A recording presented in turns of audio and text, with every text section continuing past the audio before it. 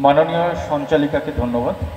মঞ্চে উপস্থিত আছেন মাননীয় এমপি মুর্শিদাবাদ লোকসভা কেন্দ্র, উপস্থিত আছেন মাননীয় সভাধিপতি মুর্শিদাবাদ জেলা পরিষদ, অন্যান্য বিশিষ্টজন এবং এখানে উপস্থিত হয়েছেন আমার অফিসের সহকর্মীগণ, এই জেলার এবং পশ্চিমবঙ্গের বিভিন্ন জায়গা থেকে আগত যারা তাঁতিরা এবং অন্যান্য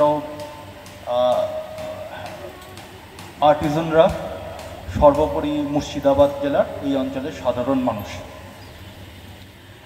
পশ্চিমবঙ্গ সরকার এই মেলাগুলো করেন বিভিন্ন রাজ্যের বিভিন্ন জেলাতেই এই মেলাগুলো হচ্ছে মূলত তাঁতি এবং আর্টিজানদের ব্যবসার সুযোগ সুবিধাটা বাড়িয়ে দেওয়ার জন্য। আপনারা জানেন, একজন ক্ষুদ্র তাঁতি বা ক্ষুদ্র আর্টিজানের পক্ষে কোনো একটা জায়গায় বা একাধিক জায়গায় সারা বছর ধরে দোকান বানিয়ে বা দোকান ভাড়া নিয়ে বিক্রি করা সম্ভব হয় না। কারণ একটা জায়গায় দোকান বানিয়ে এবং দোকান বিক্রি করতে হলে তার যে মূল্য তাকে দিতে হয়, তার উইভিং করে বা আর্টিজানদের তার জিনিসপত্র তৈরি করে সে ততটা হয়তো বিজনেস নাও হতে পারে। তার সঙ্গে বিভিন্ন জায়গায় ব্যবসাকে ছড়িয়ে দেওয়ার জন্য বিভিন্ন জায়গায় আমাদের যে মেটেরিয়ালটা তারা তৈরি করছেন সেটা বিভিন্ন জায়গায় নেওয়া প্রয়োজন। সেই কারণে পশ্চিমবঙ্গ সরকার যেটা চেষ্টা করছেন, পশ্চিমবঙ্গের সমস্ত বড় বড় শহরগুলো, জেলা শহরগুলোতে একটা ব্যবস্থা করে দিতে, সরকারি ব্যবস্থাপনায়, যাতে উইভাররা বিভিন্ন জায়গা থেকে, শুধু সেই জেলার নয় অন্যান্য পার্শ্ববর্তী জেলার উইভাররা, তাঁতিরা, আর্টিজানরা সেখানে গিয়ে সেখানকার বাজারটাকে ধরতে পারেন। পুজোর আগে এই সময় বিক্রিবাট্টা অনেক জায়গায় ভালো হয়ে থাকে। বহরমপুর একটা খুব বিখ্যাত এবং বড় শহর, এবং এইখানে যথেষ্ট পুঁজি সম্পন্ন মানুষ আছেন যারা উইভারদের কাছ থেকে ডিরেক্টলি এইসব জিনিসপত্র বা ঘর সাজানোর জিনিসপত্র বা শাড়ি বা যা কিছু তারা নিজেদের ঘরে বসে কুটির শিল্পের মাধ্যমে তৈরি করছেন, সেগুলো তারা কিনতে পারেন। এইটা হলো মেলার আমাদের মূল উদ্দেশ্য। এছাড়াও পশ্চিমবঙ্গ সরকার এবছর থেকে মেলায় দু একটা সিদ্ধান্ত নিয়েছেন।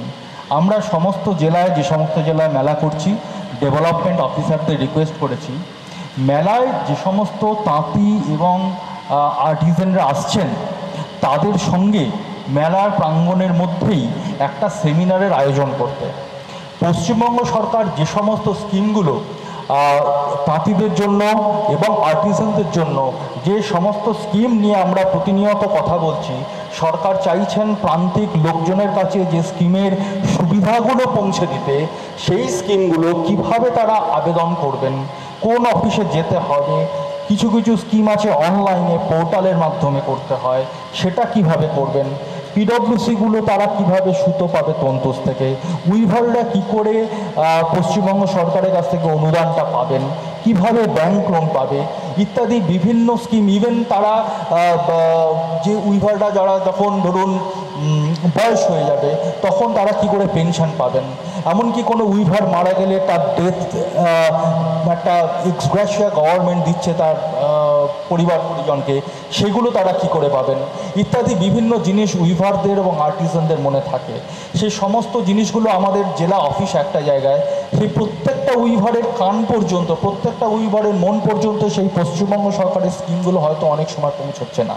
সেই কারণে আমরা চেষ্টা করছি এই মেলা প্রাঙ্গণে যখন মেলা চলবে সেই সময় এই মেলায় উপস্থিত যে সমস্ত উইভাররা আছেন, যে সমস্ত আর্টিজানরা আছেন, এছাড়াও এর কাছাকাছি যে সমস্ত গ্রামগুলো আছে সেখান থেকে উইভার আর্টিজানদের ডেকে মেলা গ্রাউন্ডের মধ্যে একটা সেমিনার আয়োজন করা, যে সেমিনারে সমস্ত জেলার আমাদের দপ্তরের আধিকারিকরা উপস্থিত থাকবেন, ব্লক লেভেলে যারা আইডিও আছে তারা থাকবেন, দরকার হলে জেলা পরিষদ এবং পঞ্চায়েত সমিতির আমাদের যে স্থায়ী সমিতি আছে, এই ক্ষুদ্র শিল্পের স্থায়ী সমিতি, এই স্থায়ী সমিতির পঞ্চায়েত সমিতি এবং জেলা পরিষদের কর্মাধ্যক্ষদের আমন্ত্রণ জানানো হবে।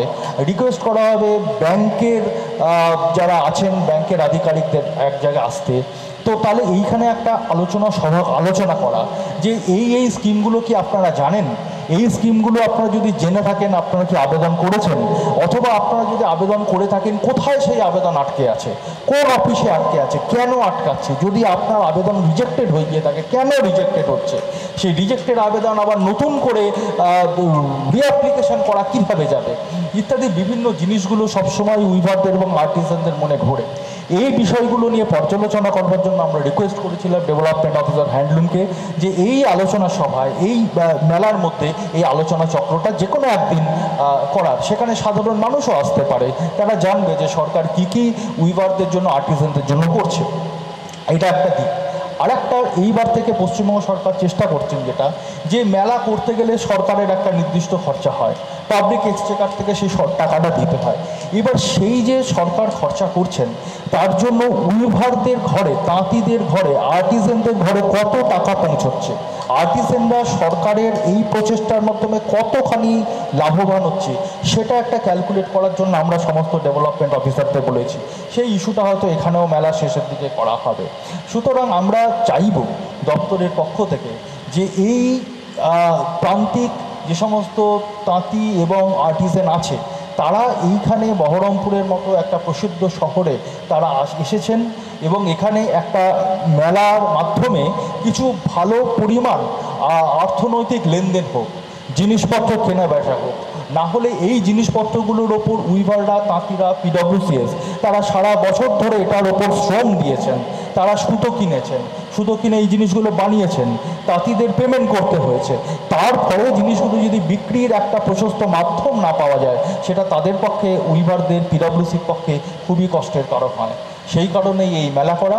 আসুন আমরা সবাই মিলে এটা একটা মানে কামনা করি যে বহরমপুরে আজকে যে এই মেলা হচ্ছে, এই মেলা যেন খুব ভালো হয়, মেলায় কেনাবেচা যেন ভালো হয়।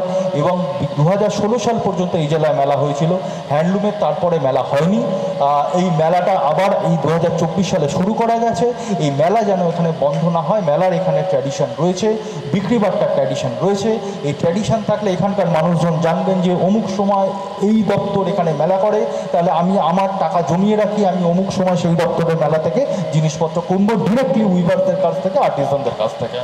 এটা আমরা আসুন আমরা কামনা করি, এই মেলার সাফল্য কামনা করে আমি আমার বক্তব্য শেষ করছি। ধন্যবাদ।